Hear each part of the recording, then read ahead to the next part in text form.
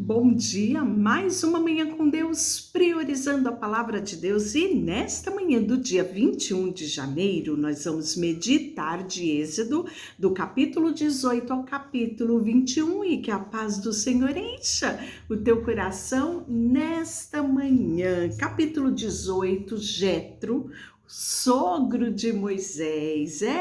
Ele vai visitar Moisés. Diz assim: Jetro, sogro de Moisés, sacerdote de Midian, soube de tudo que Deus havia feito por Moisés e seu povo, os israelitas, e de como o Senhor os havia tirado do Egito. Moisés tinha mandado Zípora, sua esposa, e seus 2 filhos de volta para a casa de Jetro, que os acolheu. O primeiro filho de Moisés se chamava Gerson, pois quando o menino nasceu, Moisés disse: sou forasteiro em terra alheia.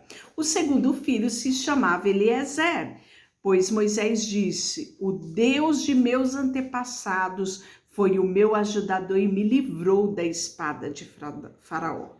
Jetro, sogro de Moisés, foi visitá-lo no deserto, levando consigo a mulher e os 2 filhos de Moisés. E quando chegaram, Moisés e o povo estavam acampados perto do monte de Deus. Jetro havia mandado um recado a Moisés dizendo: eu, seu sogro Jetro, estou indo vê-lo com sua mulher e seus 2 filhos. Então Moisés saiu ao encontro do seu sogro e curvou-se e o beijou.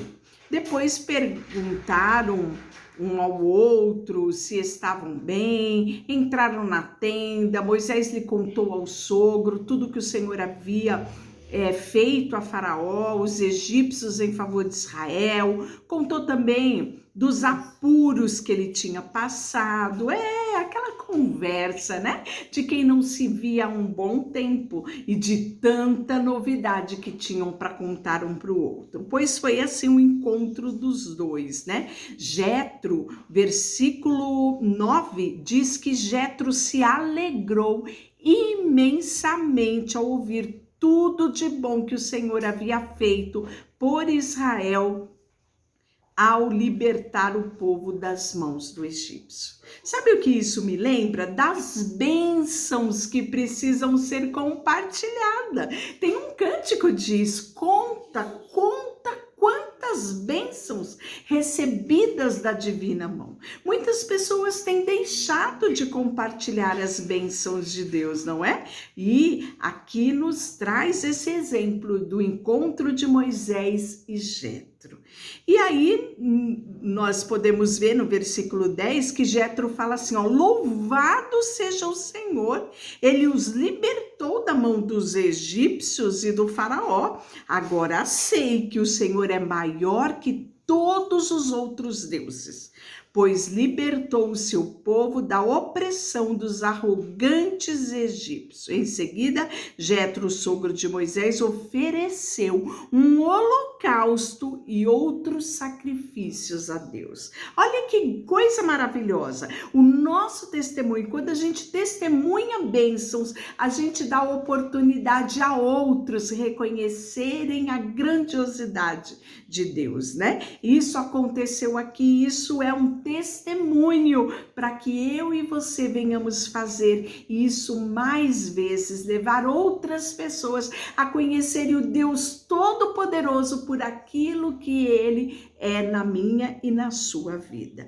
E aí nós vamos ver que Moisés vai escutar um sábio conselho de Jetro, E no dia seguinte, Moisés sentou-se para resolver os problemas que surgiam entre os israelitas. O povo esperou diante dele de pé, desde a manhã até a tarde. E Jetro só observava como era o proceder de Moisés, como estava sendo o dia a dia de Moisés.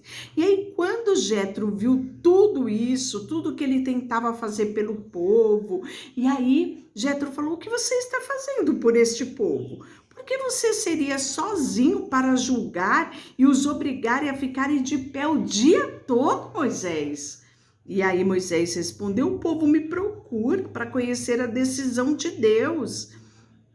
E aí ele falou: o que você está fazendo, Moisés, não é bom.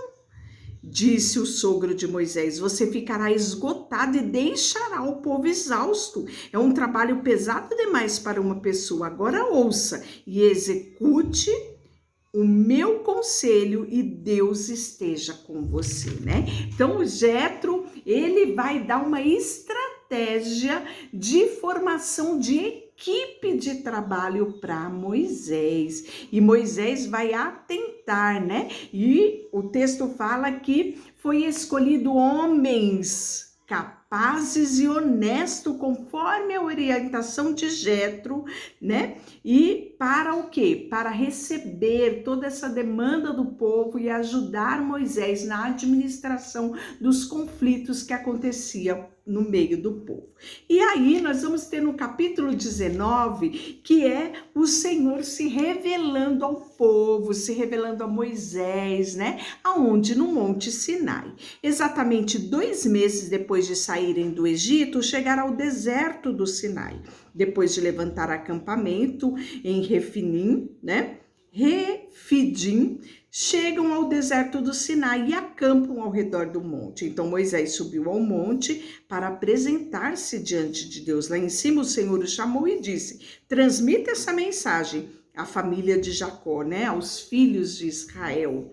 Anuncie aos descendentes de Israel: vocês viram o que eu fiz com os egípcios? Sabe como carregarei vocês sobre as asas da águia e os trouxe até mim? Agora, se me obedecerem e cumprirem a minha aliança, serão meus tesouros especial dentre todos os povos da terra, pois toda a terra me pertence. Serão o meu reino, o meu sacerdote, a minha nação santa. Esta é a mensagem que você, Moisés, deve transmitir ao povo de Israel. E Moisés voltou ao monte, convocou os líderes, né? Todo o povo respondeu numa só voz: faremos tudo o que o Senhor ordenou, Moisés. Então o Senhor disse a Moisés: desça, consagre o povo hoje e amanhã. Providencie que eles lavem suas roupas, estejam prontos ao 3º dia, pois nesse dia o Senhor descerá sobre o Monte Sinai à vista de todos. Olha que coisa extraordinária. Até então, Moisés era o privilegiado. Agora Deus quer se revelar a todo o povo, né? E aí, na verdade, o texto diz no versículo 16 que na manhã do 3º dia houve um estrondo, trovões, clarão, raios, nuvem densa envolveu o monte. Um toque longo de trombeta ressoou e todo o povo que estava no acampamento tremeu. Olha só a reação do povo. Moisés conduziu o povo para fora do acampamento para o encontro com Deus, porque era ali no Sinai, né? E aí Moisés falava e Deus respondia com voz de trovão. É isso mesmo, tá no versículo 19, né? O Senhor desceu sobre o topo do Sinai e chamou Moisés para o monte para subir, e ele subiu. Então o Senhor disse a Moisés: desça e alerte o povo que não ultrapasse o limite para ver o Senhor, do contrário, muitos morrerão. Até os sacerdotes se aproximarem do Senhor deverão purificar-se, para que o Senhor não os destrua, né? E Moisés respondeu ao Senhor: mas o povo não pode subir no Monte Sinai. Tu já nos advertiu, marque um limite ao redor do monte, para separar como lugar sagrado. E o Senhor, porém, diz: desça do monte e depois suba de novo acompanhado de Arão. Enquanto isso, não permita que sacerdote nenhum, nem o povo, ultrapasse o limite, né? Então, aí a gente está vendo aqui, né, uma aproximação maior de Deus para com o povo. No capítulo 20, nós temos os 10 mandamentos. O Senhor, eu sou o Senhor, seu Deus, que os libertou da terra do Egito, onde vocês eram escravos. Não tenham outro Deus além de mim. A primeira coisa que Deus diz: né? Não tenham outro Deus além de mim. E é uma das coisas que nós vamos ver na trajetória aqui do povo, que é uma das coisas onde Deus mais abomina, é a adoração a outros deuses, adoração a imagens de escultura, né? Por quê? Por causa desse mandamento de Deus: não tenha outro Deus além de mim. Deus, ele deve estar no topo das nossas prioridades, ele deve ser o principal na nossa vida, e a partir dele construímos os demais relacionamentos, né? Não faça para si nenhuma espécie de ídolo ou imagem de qualquer coisa, no céu, na terra ou do mar. Não se curve diante deles, nem adore, pois eu, o Senhor vosso Deus, sou Deus zeloso. E Deus, ele traz consequência do pecado dos pais sobre os filhos. Tá aqui no versículo 5. Trago consequência dos pecados sobre os filhos até a 3ª e 4ª geração daqueles que me rejeitam. Mas demonstro o meu amor por até 1000 gerações daqueles que me amam e obedecem os meus mandamentos. Não use o nome do Senhor, seu Deus, de forma indevida, né?